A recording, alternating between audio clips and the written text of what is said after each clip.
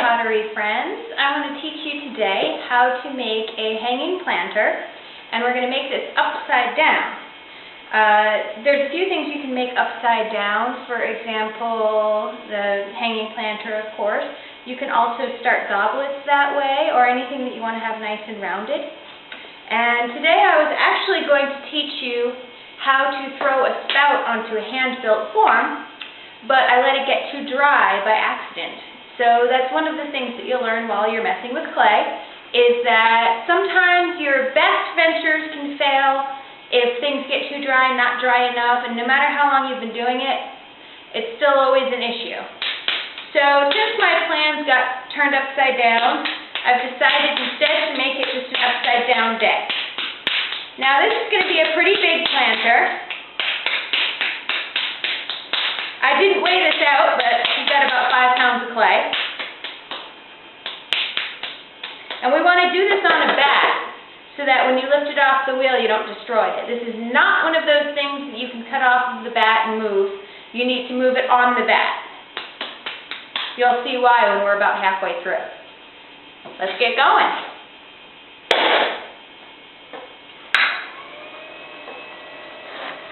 Centering large amounts of clay is always a little bit of a challenge for me. Small pieces are a little bit simpler. And while I'm on the subject of throwing, I'd like to take a moment and I'd like to dedicate today's episode to my first pottery teacher, Mrs. Pamela Rourke Dupuy of Westboro High School. She was the first one who taught me to throw on the wheel, and I fell in love with it, and I would sneak away to her room every free period that I got to play around in the mud. So thank you, Mrs. Rourke Dupuy.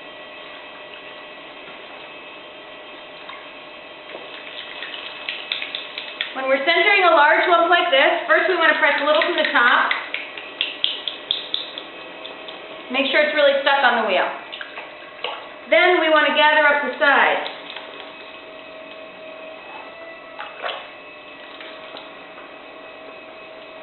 Just like when I'm throwing off the hump, I don't attempt to throw all of this clay into center all at one time,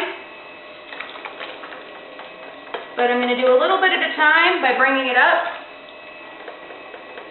and bringing it back down.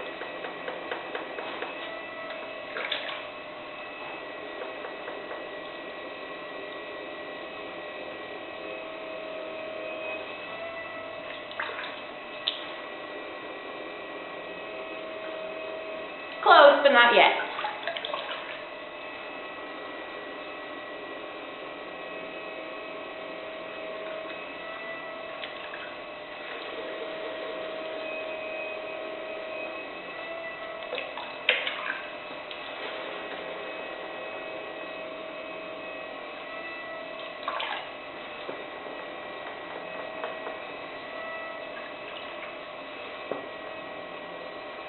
When we're bringing it up, we still have our thumbs over the top.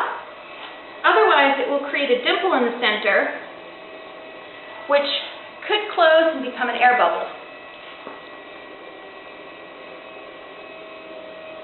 So be careful about those dimples.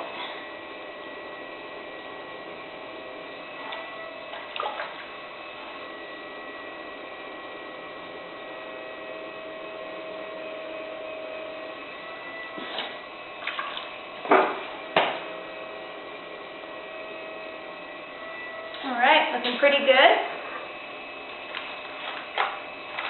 Just to make things a little simpler when I start to do my pulls, I'm going to take a 90-degree angle wooden rib and clean up some of that messy spin art looking stuff around the bottom.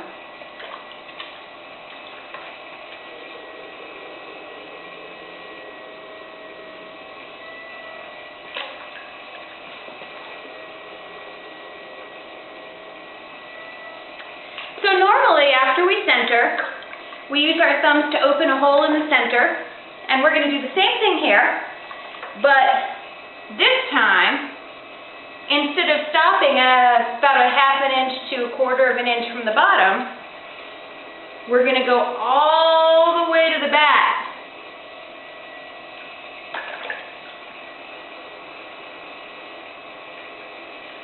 I can feel my thumbs touching the back.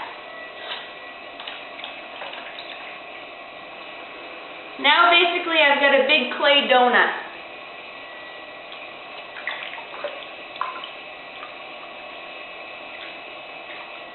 At this point I'm going to slow my wheel down a little bit. And with my sponge in one hand and grabbing with my left hand, I'm going to take that donut and I'm going to bring it out.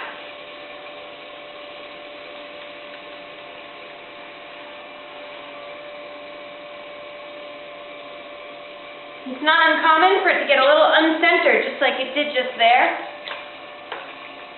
Possibly because I moved a little bit too quickly. Because throwing, after all, is a little bit like a dance.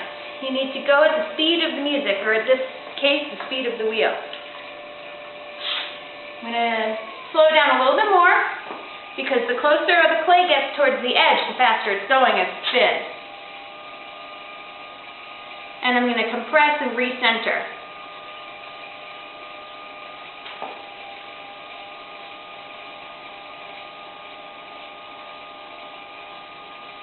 Got a little wobble in it, but that's alright.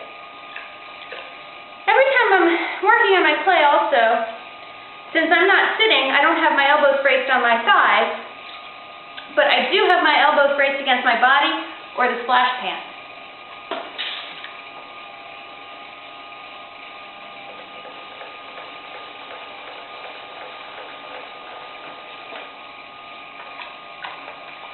Alright, so now we've got our nice little clay donut. I'm going to slow it down a little bit further.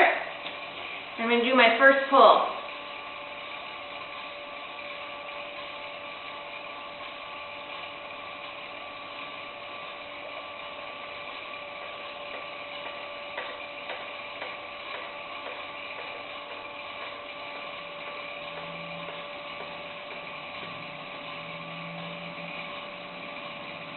So this is going to be totally closed in on the top when I'm finished.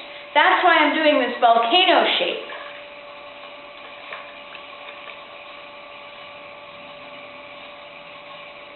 We'll slow it down even further now that it's thinner.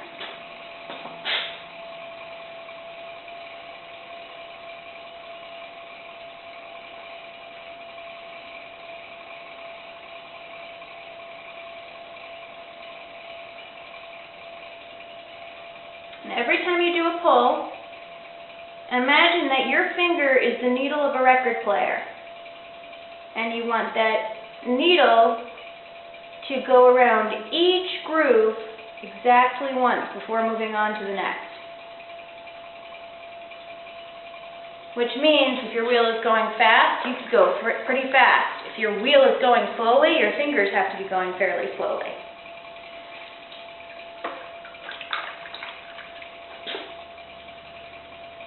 Alright, I'm going to do one more pull if I can get my hand in here. Woo!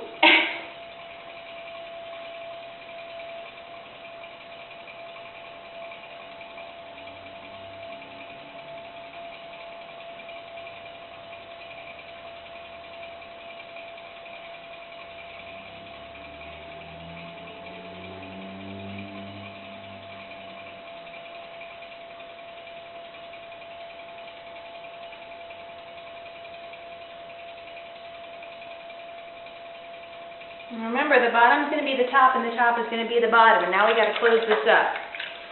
And I close it by doing what's called collaring. That means I'm going to take my hand, I'm going to make a shape like this.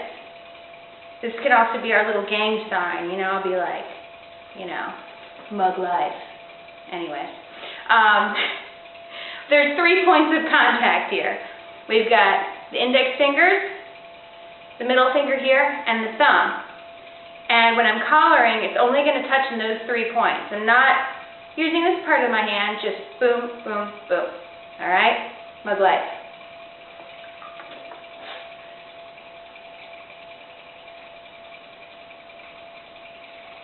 Collaring means we close it in.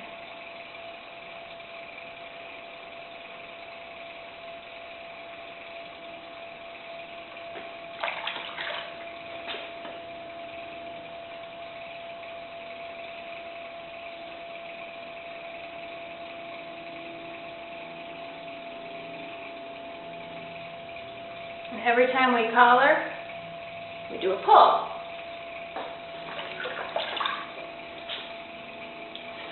I like to start a little bit further down, kind of glide over, let my hands feel the shape of what I'm making.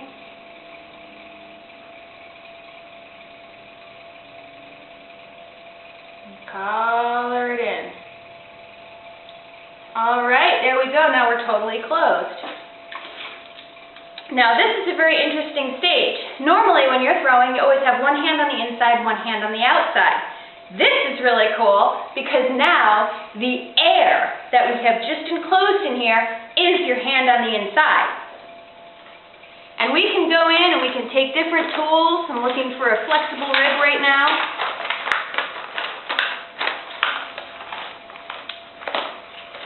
Here's a nice flexible rib. It's made out of my old Massachusetts license.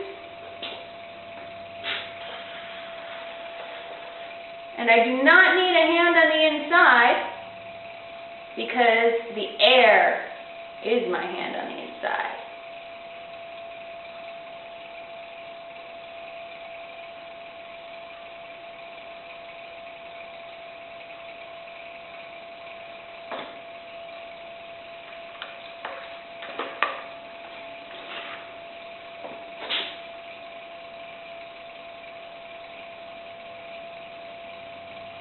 And this is one of the only times in pottery where you can actually go from up to down. Normally you always want to work from down to up. But since we have that beautiful bubble of air on the inside,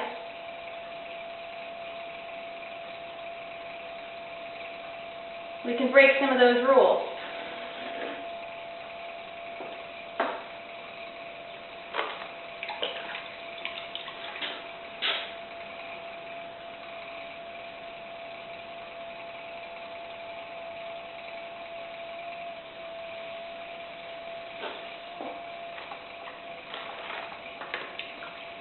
I'm going to use a slightly larger rib. And just make sure that my outside is really nice and smooth the way that I want it. I'm going to carve this one when it's finished. So I want a really nice, smooth curve.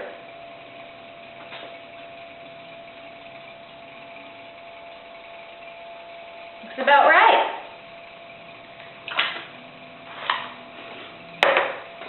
I'm going to give myself just a little indication at the bottom so I can cut it off later with my wire. But I'm going to wait about an hour and let this firm up a little bit before I wire it. Because that way, if I wire it right now, it'll start to squish and go into an oval. So I'm going to let it dry on the bat a little bit. Now this is important. Don't let it dry too much on the bat because the air on the inside will get contracted when the clay squeezes and shrinks around it, and you could end up cracking your form. So let it go about an hour until it's a little bit firmed up, then wire it off.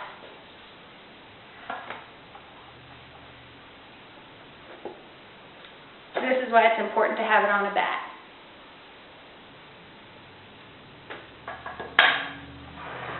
And that's it for today. Thank you so much for watching. Thank you for being interested. And may all of your pottery projects bring you joy. Bye. Thanks.